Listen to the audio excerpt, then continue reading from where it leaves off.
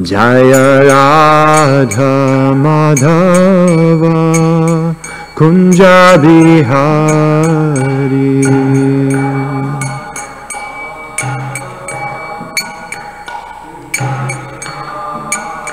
Jaya Gopi Janavallabha Girivardhari.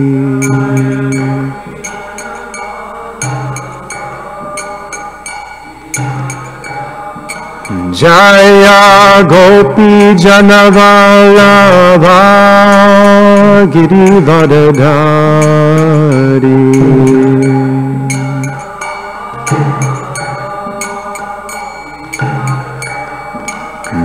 Yashodanandana Vraja Janaranjana.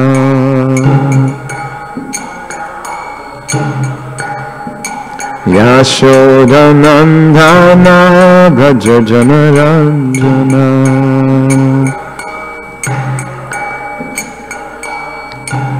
Yamunatira Vanachari.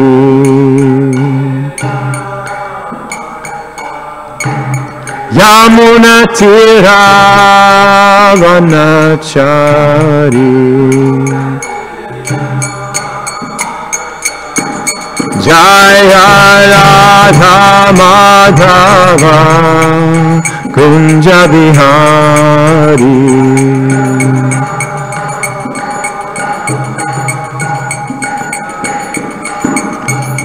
Jaya Gopi Janavallabha Girivardhari.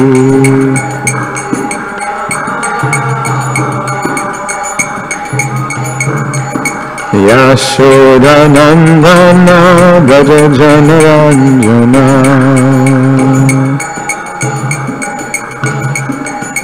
Yashodanandana Vraja Janaranjana. Yamunatira Vanachari. Yamunatira Vanachari. Jaya Radha Madhava Kunja Bihari.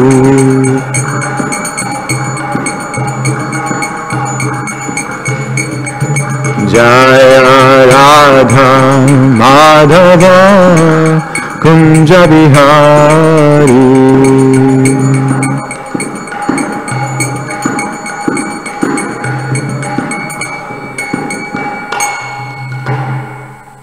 Antaraj Srimad Bhagavatam ki jai, Srila Prabhupada ki jai, Shri Radha Madhav ki, Shri Radha Kunja Bihari ki, Shri Kishore Kishore ji ki jai, Gaur Premanandi. Hare Krishna.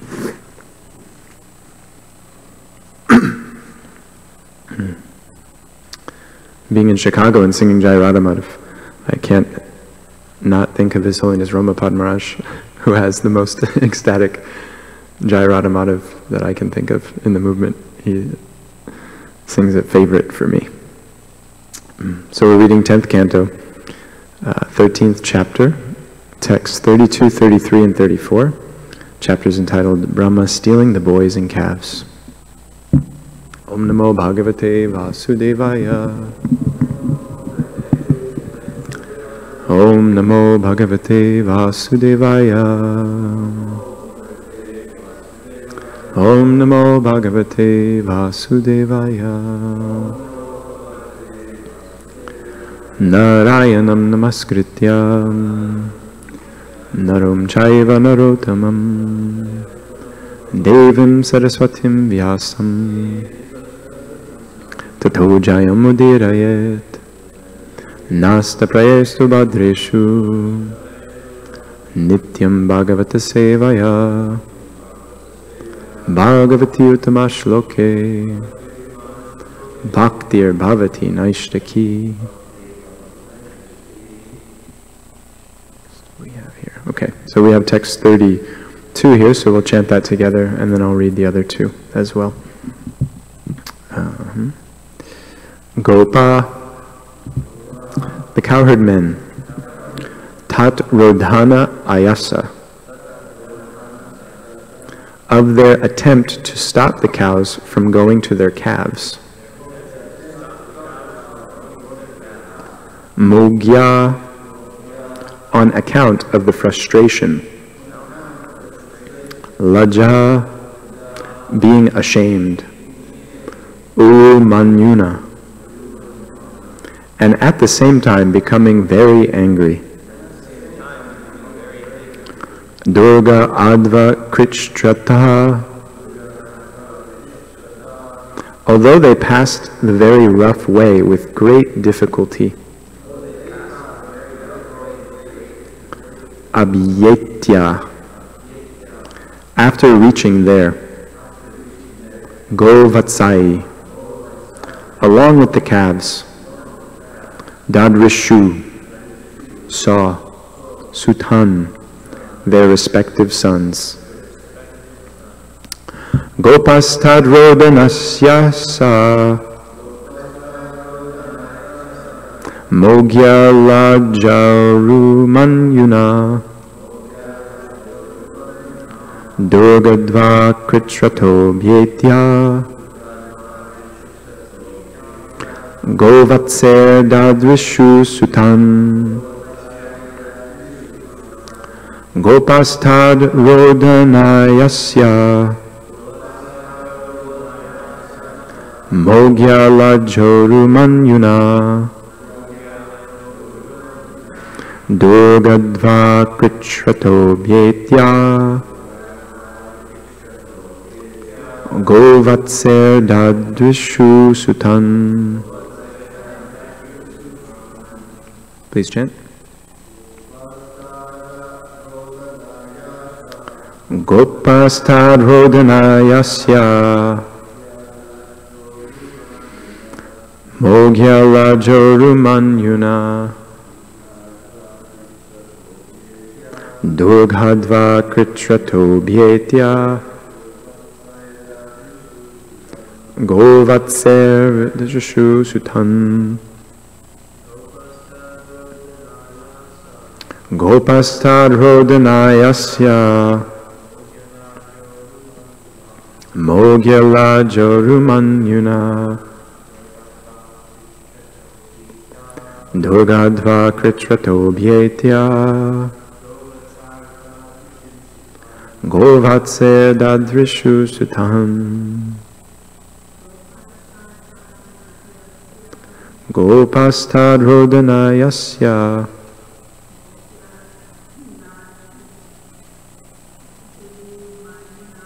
Mogya lajaru manyuna,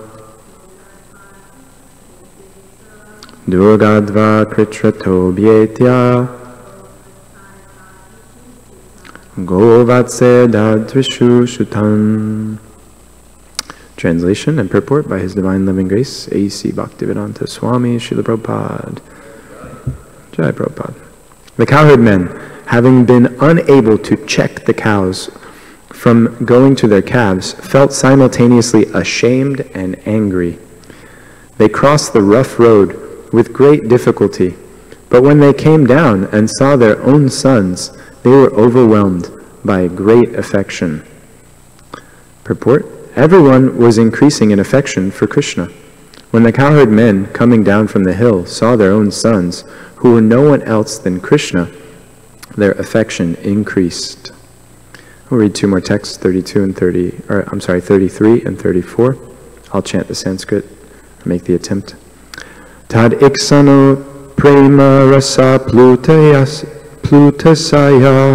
jatanuraga gata manyava rebakan udyadurbi paribaya murdani grinher avapu paramham mudhamte. At that time, all the thoughts of the cowherd men merged in the mellow of parental love, which was aroused by the sight of their sons. Experiencing a great attraction, their anger completely disappearing, they lifted their sons, embraced them in their arms, and enjoyed the highest pleasure by smelling their sons' heads. Classic sign of affection between father and son. After Brahma stole the original cowherd boys and calves, Krishna expanded himself to become the boys and calves again. Therefore, because the boys were actually Krishna's expansions, the cowherd men were especially attracted to them. At first, the cowherd men who were on top of the hill were angry, but because of Krishna, the boys were extremely attractive, and therefore the cowherd men immediately came down from the hill with special affection. Tata pravaya so gopas tokashlesa sunivritaha kritshrakchaner apagatas tad anusmitri udasravaha. Thereafter, the elderly cowherd men, having obtained great feeling from embracing their sons, gradually and with great difficulty and reluctance, ceased embracing them and returned to the forest. But as the men remembered their sons, tears began to roll down from their eyes. Purport. In the beginning, the cowherd men were angry that the cows were being attracted by the calves. But when the men came down from the hill, they themselves were attracted by their sons, and therefore the men embraced them. To embrace one's son and smell his head are symptoms of affection. I'll read all the text together one more time, beginning with text 32. The cowherd men, having been unable to check the cows from going to their calves, felt simultaneously ashamed and angry. They crossed the rough road with great difficulty, but when they came down and saw their own sons, they were overwhelmed by great affection. At that time, all the thoughts of the cowherd men merged in the mellow of paternal love, which was aroused by the sight of their sons. Experiencing a great attraction, their anger completely disappearing, they lifted their sons, embraced them in their arms, and enjoyed the highest pleasure by smelling their sons' heads.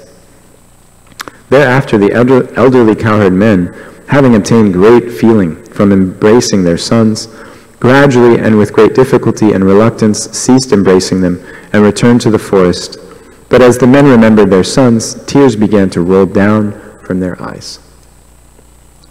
Om Gyantamarandasya Gyananjana Shalakaya Chakshur Unmilitam Yena Tasmai Shri Gurave Namah Shri Chaitanya Manobishtam Stapitam Yena Bhutale Swayam Rupa Kadamayam Dadati Swapadantikam Nama Om Vishnu Padaya Krishna Prishtaya Bhutale Srimate Bhaktivedanta Swami Niti Namine Namaste Saraswati Deve Gauravani Pracharine Nirvishesha Shunyavadi Paschatya Deshatarine Jai Shri Krishna Chaitanya Prabhu Nityananda Shri Advaita Giradhar Srivas Adi Gaur Bhaktivinoda Hare Krishna Krishna Krishna Hare Hare Hare Ram Ram Ram Hare Hare.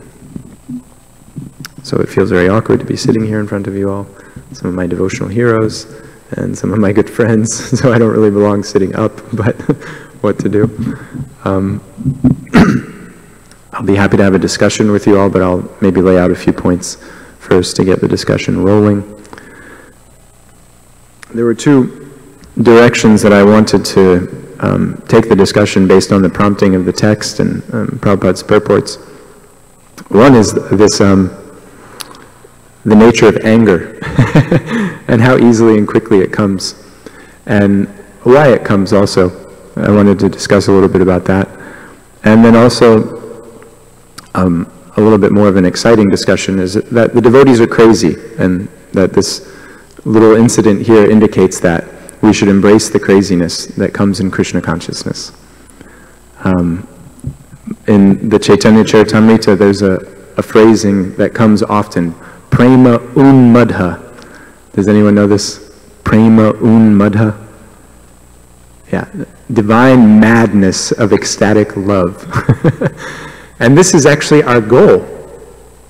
The material world around us, especially Josh and I were discussing this yesterday, people are getting crazier and crazier, and it's being documented that mental illness on every level, from depression to schizophrenia, et cetera, is just increasing tenfold.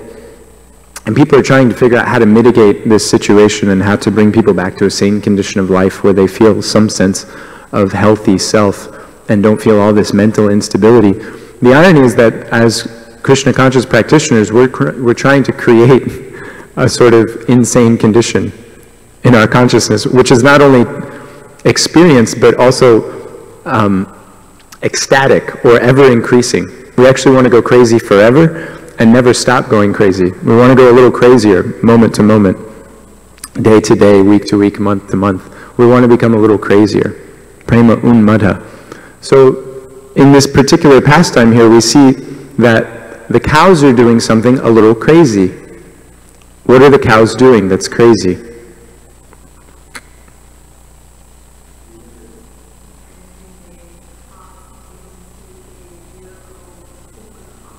Yeah, they're abandoning the babies, right, who really need their milk. That babies can't eat anything but mom's milk, and moms love when babies need them, right? That's the whole rasa of mom and child, is that this living entity is totally dependent on me, and I'm totally happy to offer all of myself to this child, and that's most there. In fact, Vatsalya Ras, right, is the parental exchange of love between Krishna and his devotees, and that word, vatsa, is particularly referencing the calf, because the calf is such an endearing little thing, such a cute, cuddly, adorable entity, and mom loves to take care of her calf, especially the young one. So it's a little crazy that moms, all these moms, not just one or two, but the whole herd of moms, are abandoning their baby calves and charging down the hill to go see their older calves who don't even actually drink milk anymore. And why are they doing that? Why are they doing this crazy thing which is so outside of the natural law, the natural way of being? Yeah, by going to feed those calves, they're going to get to feed Krishna directly. Even though they don't realize that, their sixth sense, their sense of Krishna prema, that spontaneous attraction that devotees feel towards things which are favorable for their devotional service, that's pulling them down the hill, away from who they should be taking care of, away from who they should be worried about, and towards the older calves who ostensibly have been eating grass and fruits and other things in the Vrindavan forest for long enough that they don't need mom's milk anymore. But then the calves also do something crazy. They accept mom's milk. Why? Because they're actually Krishna. And Krishna knows what he's doing. He's setting up this whole scenario, as I'm sure has been discussed in many of the other classes already. This whole scenario is actually not because Lord Brahma's a knucklehead and he stole the calves and etc., etc. He's just an instrument of Krishna's desire to reciprocate with his devotees in these unique ways. So the devotees are a little bit crazy, and they do things a little off sometimes, things that don't exactly seem to fit with what a normal course of life, a healthy approach to things might be. And yet, because of that craziness, they're able to attract Krishna. I was thinking about our own Srila Prabhupada. Everyone's seen the new Hare Krishna film, the mantra of the movie, The Man That Started It All? Srimati Morarji's quote in that film is very memorable. "Old man, you are crazy, you will die." Srimati Morarji, of course, is the owner of the Scindia steamship company, the owner of the Jaladuta ship, which Prabhupada crossed the Atlantic on.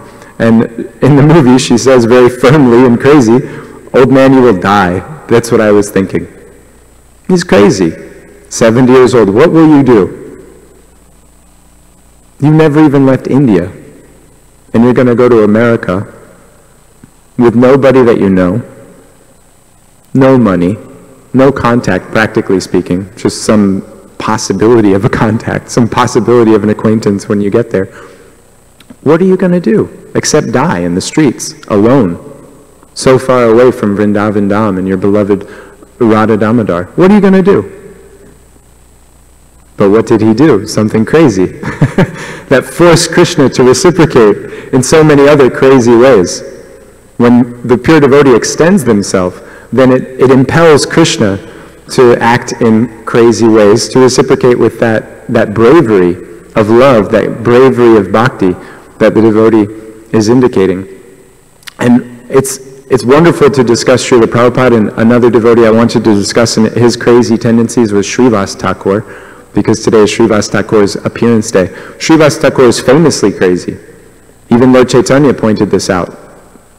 In a conversation with Srivas one day, Lord Chaitanya came to his home and he said, "Hey Srivas, by the way, how do you pay for any of this?"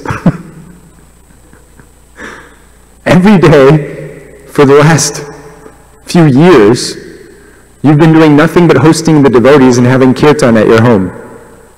I've never seen you work. I've never seen you go to the market. I've never seen you make any extraneous endeavor to try to create a safe, stable situation for your family. What gives, Srivas? How do you manage that? And Srivas says, well, I just depend on the mercy of Krishna. And Mahaprabhu replies, well, what if the mercy of Krishna doesn't come? What if one day your family has no food? And what's Srivas's reply? We'll just fast that day, no problem, no big deal. And Lord Chaitanya, well, what about if for 2 days the Lord's mercy doesn't come and your family has no food? What's his solution to that? We'll fast a little more, we'll fast one more day. Okay, well, how about on a 3rd day?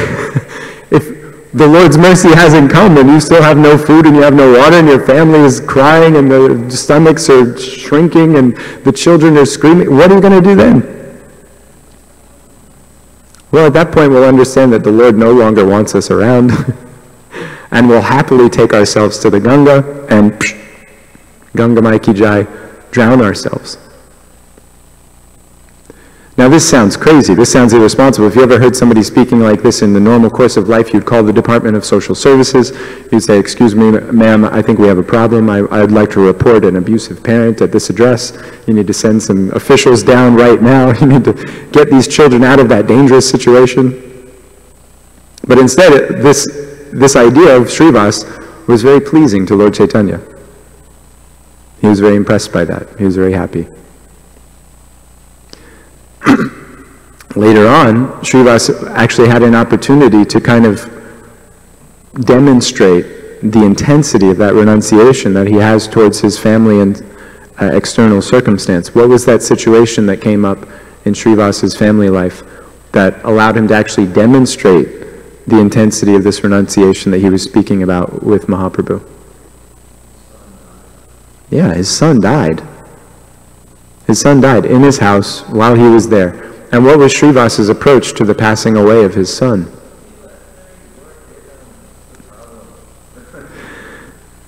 Srivas was trying to get his wife and the other ladies of the house to keep things quiet, not cry, not make a disturbance, because if there was a disturbance, if Mahaprabhu saw that Srivas's wife was sad and upset, then it would disturb Mahaprabhu's mood in the kirtan. It wouldn't allow Mahaprabhu to enjoy the Premanam Sankirtan that Srivas had so much relished creating an environment to take place for the past few years. And then when Mahaprabhu found out that Srivas's son had passed away, what happened? Yeah, then he revived him, right? And then Srivas's son got to preach a little Bhagavatam before going back home, back to Godhead. So this is crazy, isn't it? Your son dies in your house, and instead of running to the bedside and holding your wife's hand and sobbing uncontrollably at the loss of your child, you're trying to get everybody to keep quiet so that the kirtan can keep going. So we could just keep playing the music, right? Don't stop the show. It's crazy. But it actually attracts the Lord so much and compels the Lord to do incredible, wonderful things, like revive your dead son, because it's no big deal for him. How many hours, how many days, how many weeks, how many months, how many years might parents have been praying when the unspeakable loss of having your child pass away before you occurs? How long they might spend appealing to the Lord that somehow or other He'd bring their child back. Right? We can imagine. Many parents over the all course of time who have ever had this tragedy happen to them, they would spend a lot of time appealing to the Lord in some way like that. And yet Srivas didn't make a peep. He didn't even consider or think or even feel that he would want his son to come back in that way, or ever think to bother Krishna with that request like that. And yet, almost immediately, Lord Chaitanya revived his son. So when the devotee acts in these kind of crazy ways, it compels the Lord to reciprocate in these crazy ways, and it accentuates the loving exchange that the two are having with one another. And then one final notable pastime of Srivas, which is a nice segue into the discussion about anger and how it comes up so easily for people like myself anyway, but not so easily for devotees absorbed in genuine Krishna consciousness, is the day that Srivas walked out of his front door and saw placed before him pots of liquor and animal bones and blood and the other unsavory paraphernalia needed to perform Kali Puja, worship of Durga Devi. And Srivas Thakur walked out of his front door and he saw, literally he was framed. Somebody had adorned his door as though he'd been doing Kali Puja. He was framed, or made to look as though he was, with his door frame, performing Kali Puja. And what was Srivas's reaction to that when he came out of his front door and saw that somebody was trying to make him look like a mundane, materialistic Kali worshipper? Finally, everyone come, please gather around. He called, not only did he accept the accusation, or the implication we could say, of the paraphernalia, not only did he accept that, yes, this is evidence that I myself am nothing but a mundane Kali worshipper, but he actually called other people. He wanted other people in the village to come and see that actually, I've just been putting on a show of being a Krishna Bhakta, but really, this is my heart. This is my real situation, is that I'm just a mundane materialist, worshipping Devi to try to get name, fame, profit, adoration, and distinction. If I look at now this is the craziest thing, in my estimation, this is the craziest thing that Srivas has done. Because generally speaking, and specifically for myself, if anybody ever criticizes or tries to address my position and make it sound or seem as though it's not very exalted like I think myself to be, then immediately all kinds of anger and frustration and other unsavory emotions just erupt from me. I've gotten a little better at not allowing others to see that eruption, but on the inside, there's a volcano exploding that this person dares to challenge my position, my prominence, my power, my prestige. How dare they? And so it's literally unconscionable for me to think that Srivas could, with genuine feeling, see that attempt by this person. What was the guy's name? Gopal or something? Gopal Chappal? I think it was. Wasn't it Gopal Chappal, and then he gets leprosy, and then Mahaprabhu?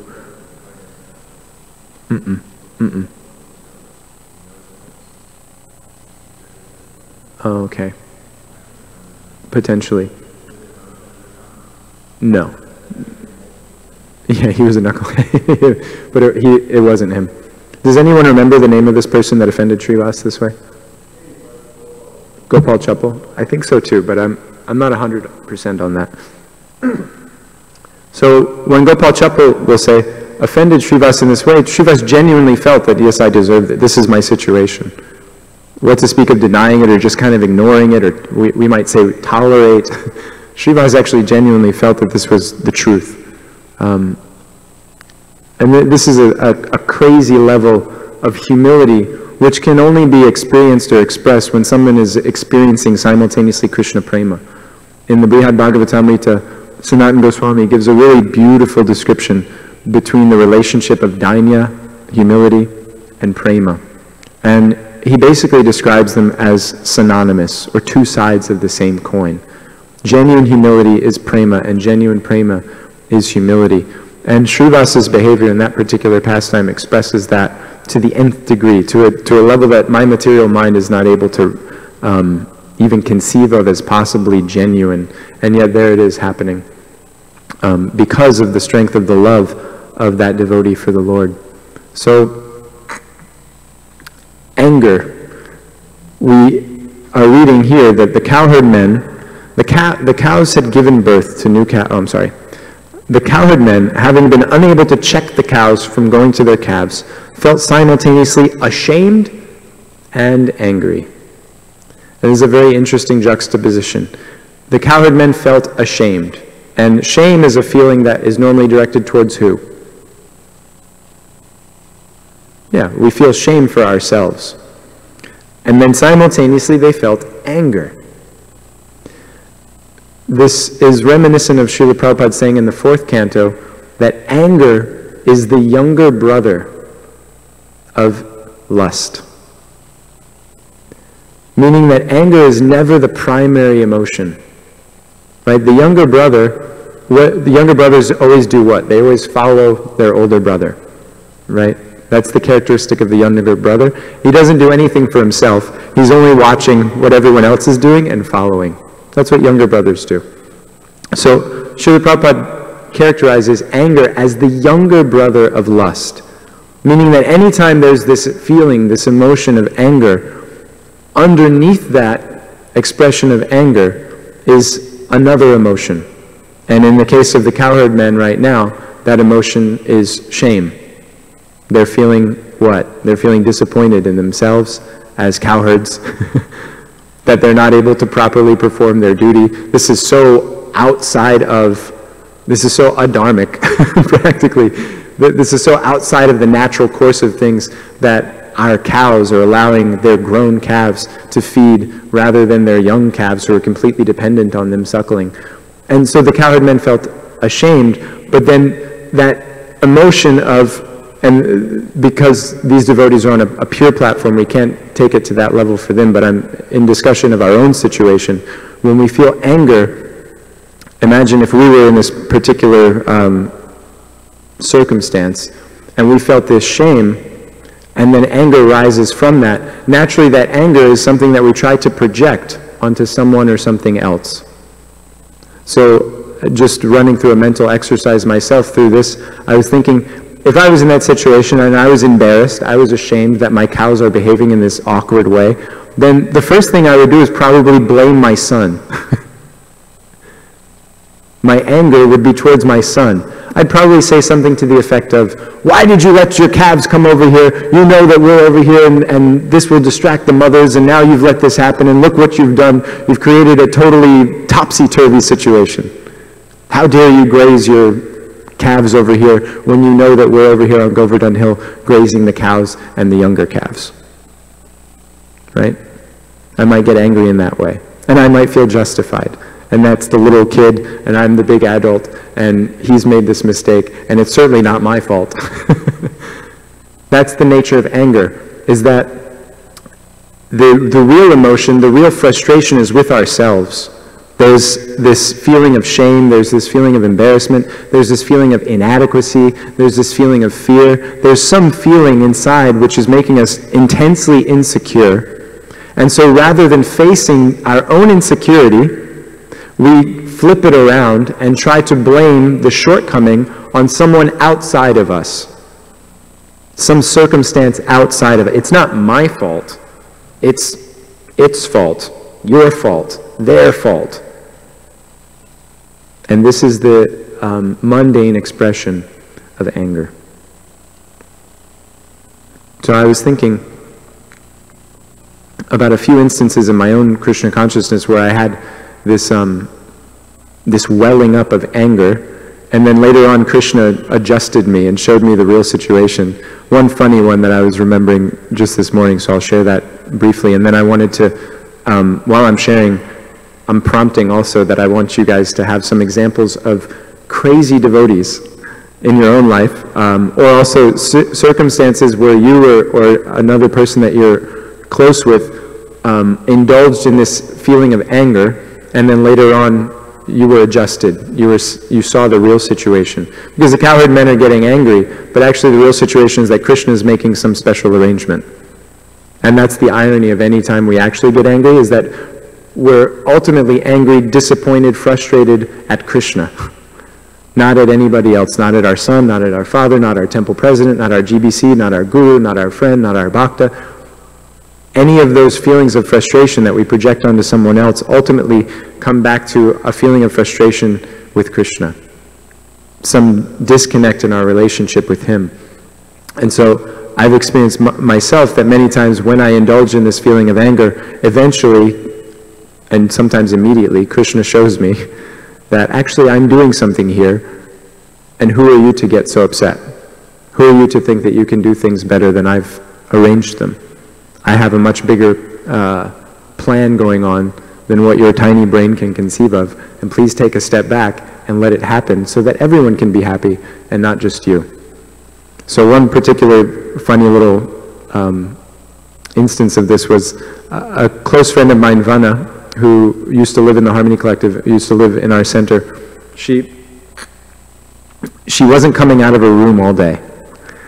And this used to be a problem where she would kind of like shut herself away for a day or two and not talk to anybody and not do anything. And we'd had many conversations about how it's important not to behave like that in an ashram. And if you need a personal day, then you just kind of communicate that, let somebody know so that that accountability is there and nobody has to wonder, hey, what's Vana doing? And all of you devotees know you've lived in ashram circumstances before. So it's not healthy or helpful to have somebody kind of like check out without checking in first and letting folks know that's what's going on. So Vana hadn't done that for a really long time, and then suddenly there was this particular day, there was a lot going on, there was a lot that we were trying to do. There was a kind of a Harinam and a program and a few things, and she wasn't coming out of her room, she wasn't saying anything, she was nowhere to be seen or found. And I was getting angry. I was feeling, what's this girl doing? We got stuff to do, we got places to go, we got things to be able to execute. But something stopped me from banging on the door and saying, Vana, come out here, and what are you doing, and why haven't you done this yet, and why haven't you done that yet, and don't you know that we have to be here? Something stopped me, something held my tongue. Krishna, super soul in the heart, protected me on this one. Something stopped me from my natural reaction at this situation, which is anger at Vana not communicating this to me. And then come to find out later on, the devotees surprised me. My birthday was 2 days later, but the devotees surprised me with a spontaneous Harinam that evening. They tricked me to go to U of M campus because I was supposed to meet somebody, and then while I was walking to go meet this person, they like erupted out of this building with this awesome Harinam. And it was literally the sweetest birthday gift I've ever received, because I'd always felt a little sad that I never saw the devotees on the street before I got Srila Prabhupada's book and began reading and becoming favorable. I always kind of wished that I'd spontaneously happened on a Harinam, but it hadn't happened, and so I had this little desire in my heart. And they fulfilled it in this amazing way on my birthday that I was totally out of it, walking to go see this person that I thought I was meeting, and then they erupt out of the building with this awesome Harinam.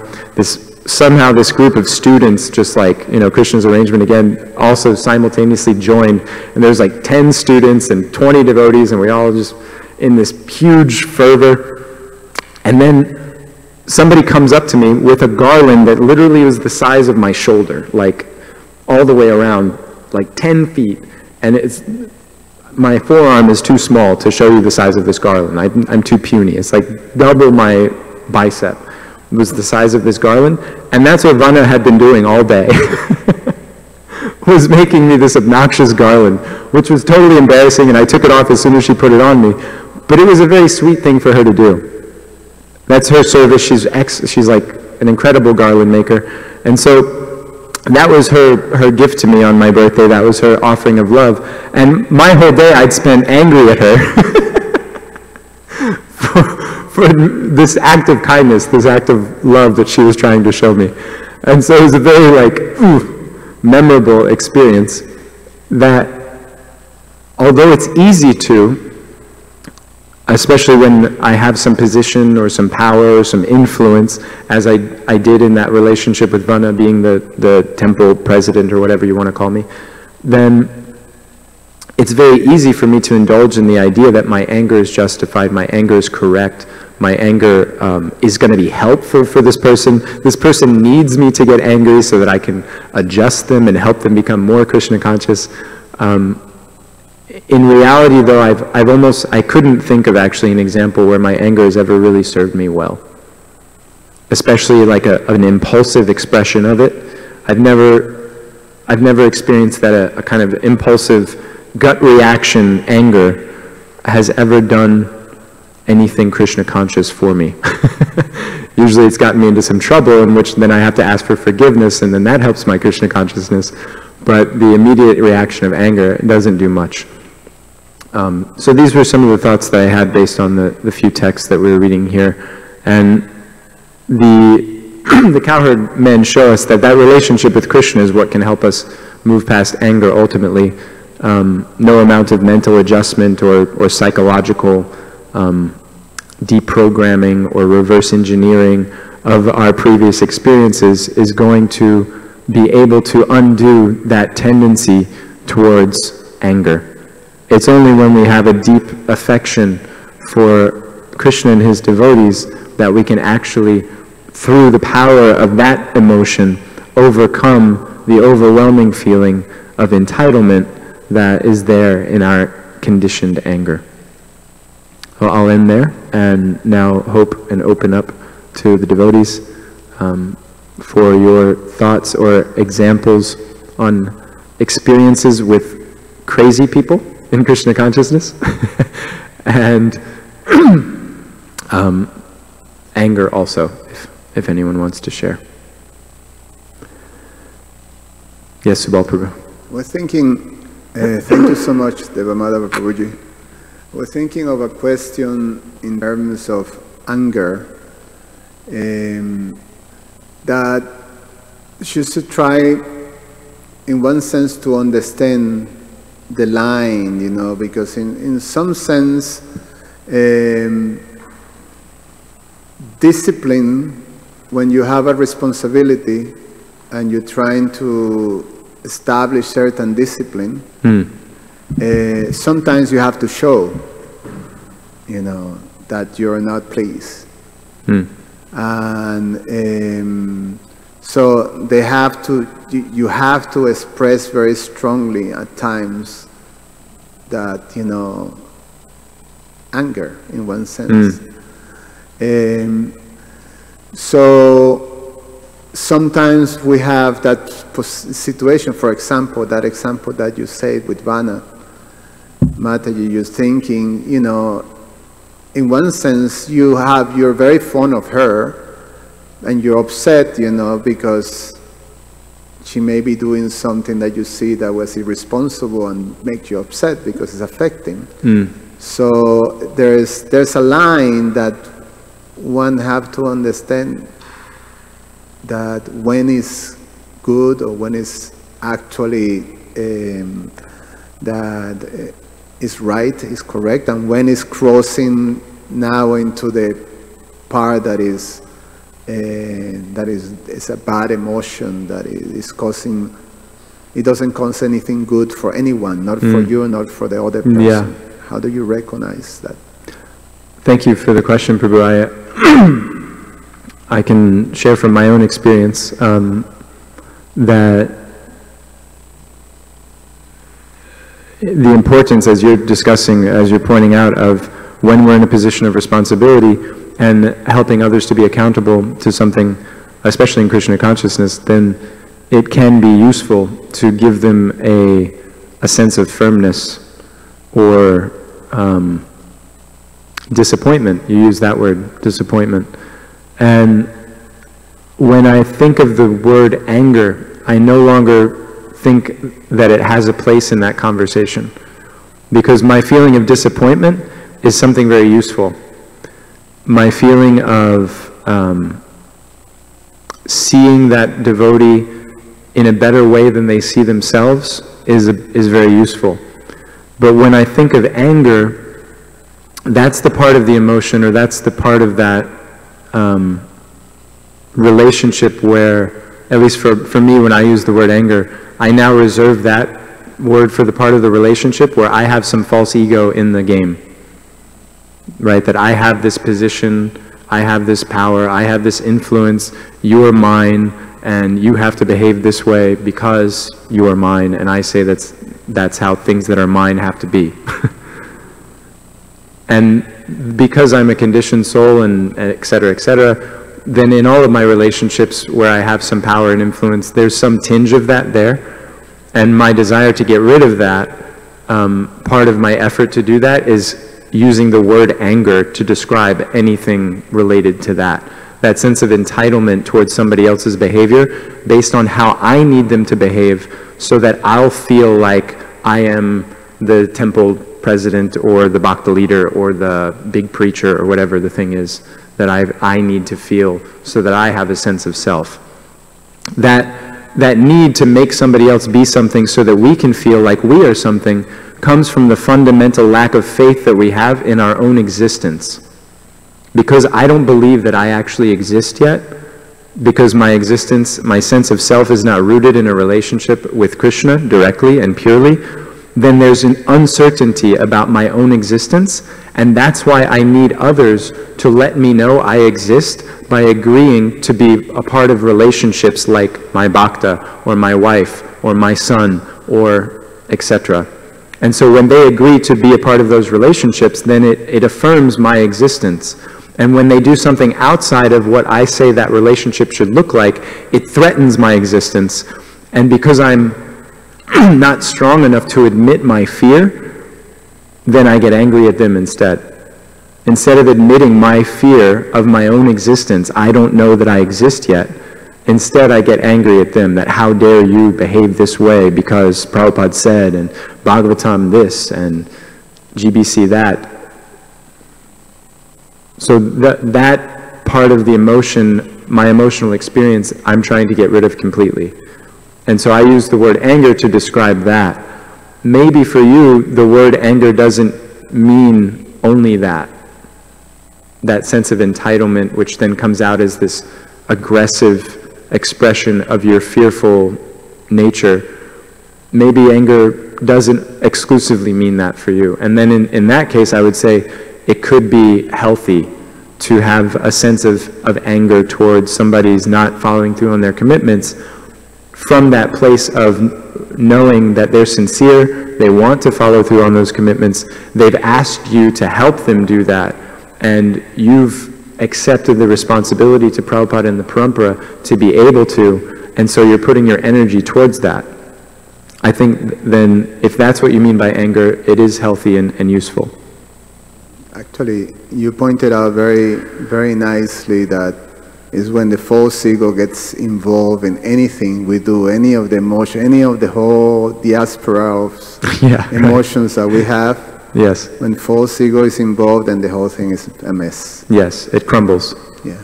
I wanted to share one occasion that I observed this intense anger in a devotee. That it was, you know, it is one of those very famous traits of this great devotee, His Holiness Tamal Krishna Maharaj.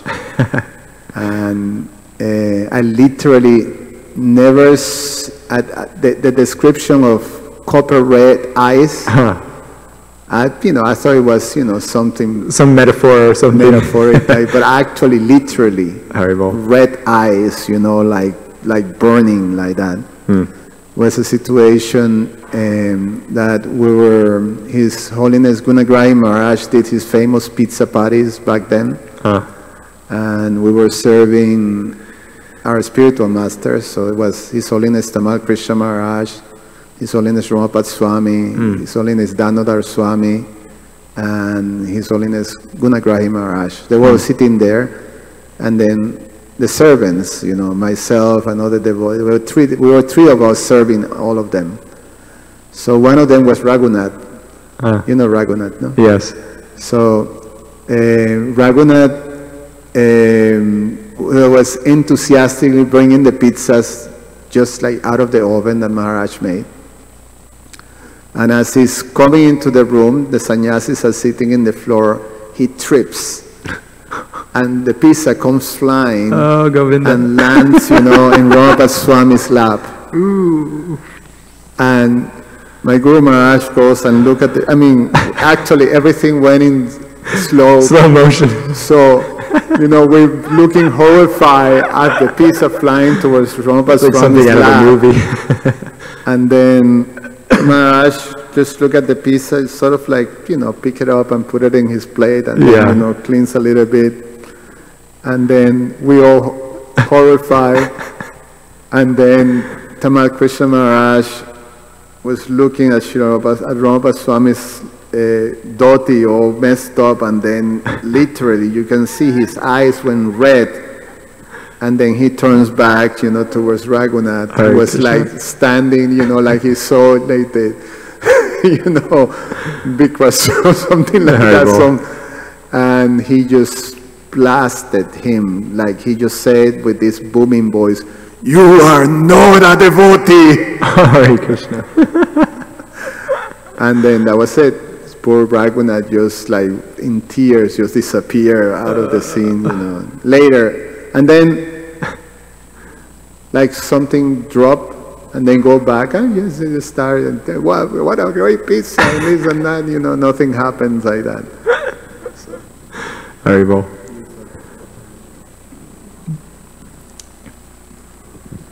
Hare Krishna. Thank you for your very eloquent, nicely spoken class. Go, Ranga. That's really, really nice, especially the breakdown on anger. I'm not usually given to comments in Bhagavatam class because I've kind of beaten the tendency out of myself.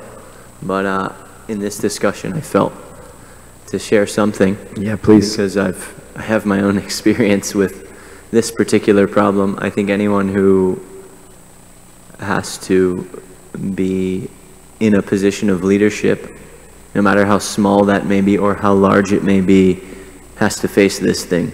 And surely Krishna puts them in that position mainly for their own purification rather than for the forwarding. In most cases, rather than for the forwarding of some, you know, of the movement, usually in the beginning it's for that devotee to see these anarthas. That's right. And to be embarrassed and to want to let them go. At least that's my experience. Yeah, the carrot of preaching and the plow of purification. Yeah.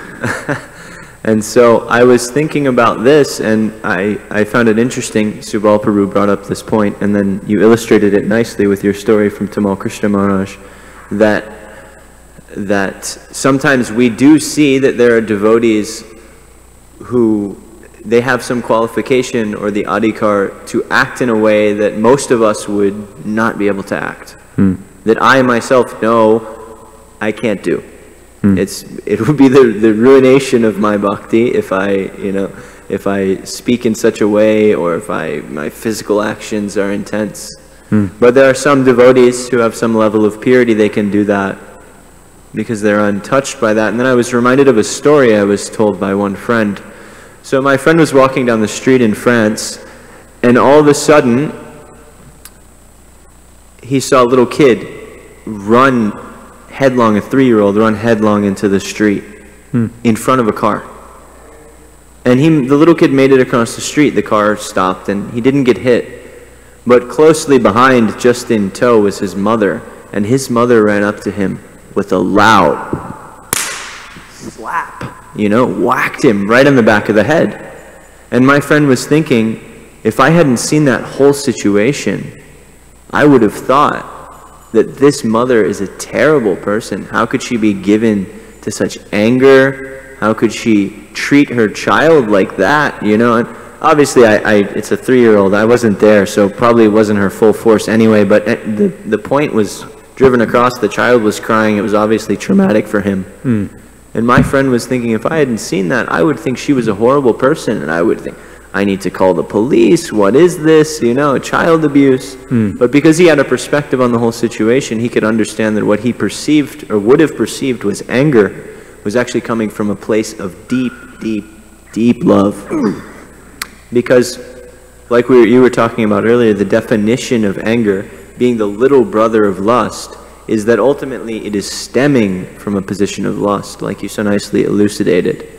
That this experience we generally have is coming from this desire to control, this fundamental lust.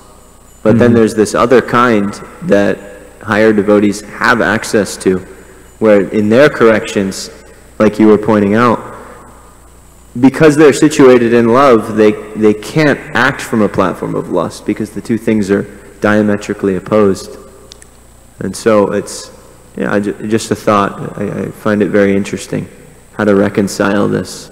Yeah, I appreciate you pointing out that that perspective gave him, some may say it's still not very good to hit your kid, but at least you can understand, okay, the mom was emotional, it was hard for her to watch that, her child almost died, and now she's relieved, and it's like she wants to punish somehow, like Mother Yashoda wants to punish Krishna somehow, so let me tie him up. So then you can have some perspective on the situation. That, to your question for me, Subal Prabhu, that's also been my experience when I'm angry at someone. Once I get their perspective on the situation, my anger is almost never still present to the intensity and degree that it was before I heard their perspective. I may still feel disappointed, I may still feel cheated in a way, I may still feel like they can do better, etc., but it's very, I can't think of one example where I didn't feel my anger abate, go away, basically, and be replaced by a different emotion like compassion or empathy or tolerance, etc. So, thanks, Josh. Anybody else would like to? Yes, thank you. You were supposed to give class, so at least please.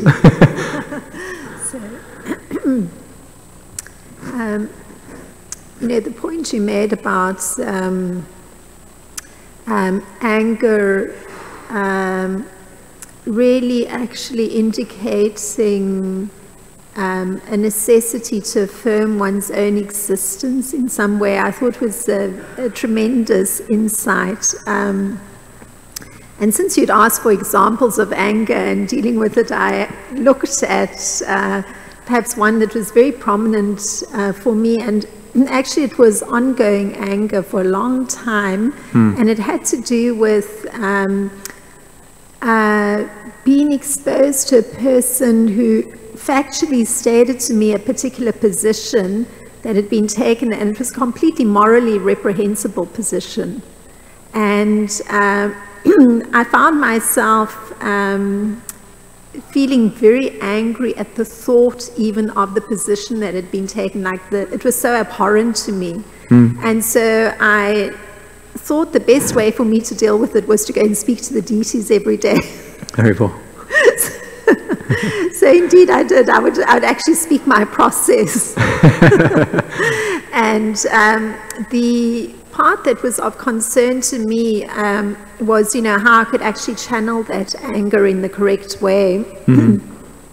So I thought, well, the best thing I can do is actually, at least because it had implications in the temple setting and the presence of that person in the community, that I perform the actions that would be the correct ones to allow for the proper course of action on the part of the community for that person, which meant that there was a punitive aspect involved. And but because of constantly staying in touch with the deities and speaking to the deities, and it took a long time, like 2 years for this to get resolved, because obviously the community has to move with something.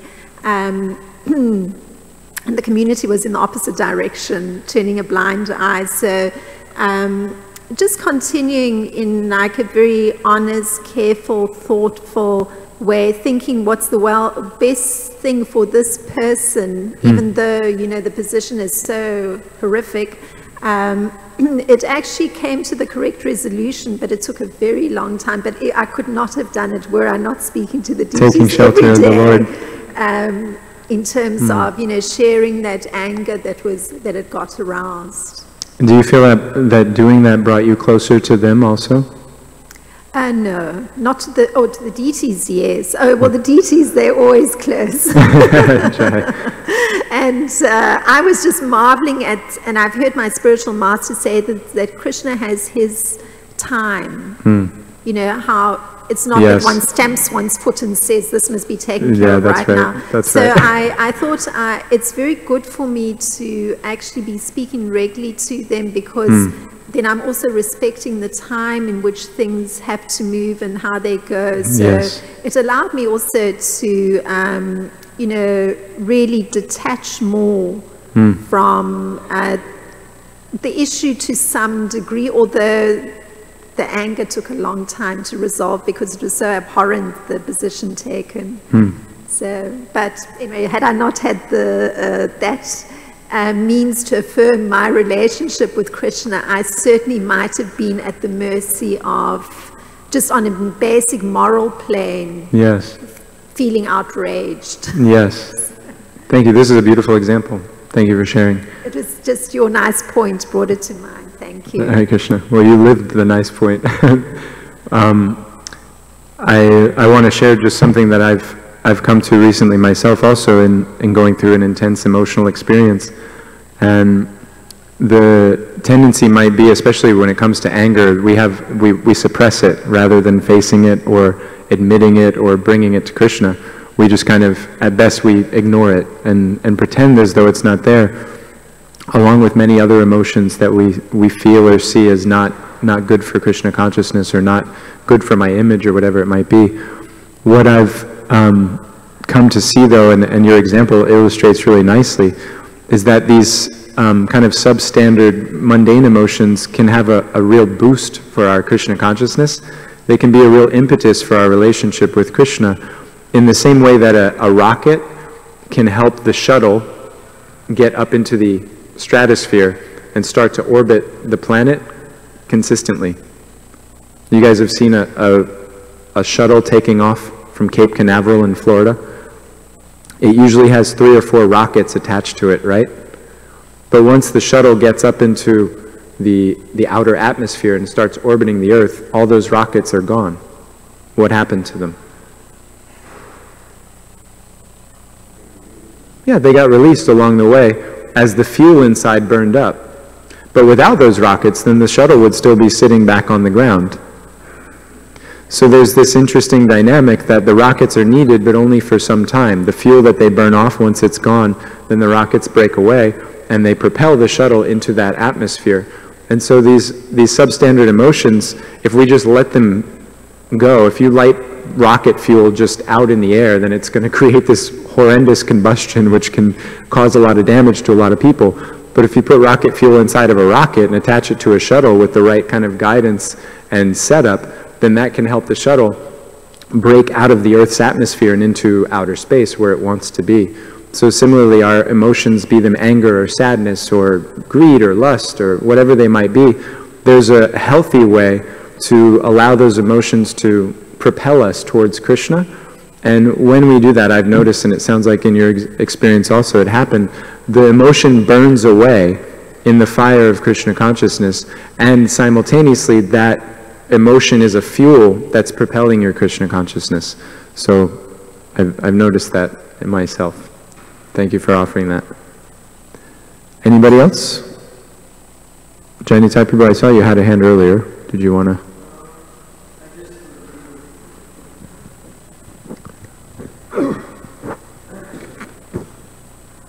I was just reading yesterday in Bhagavatam,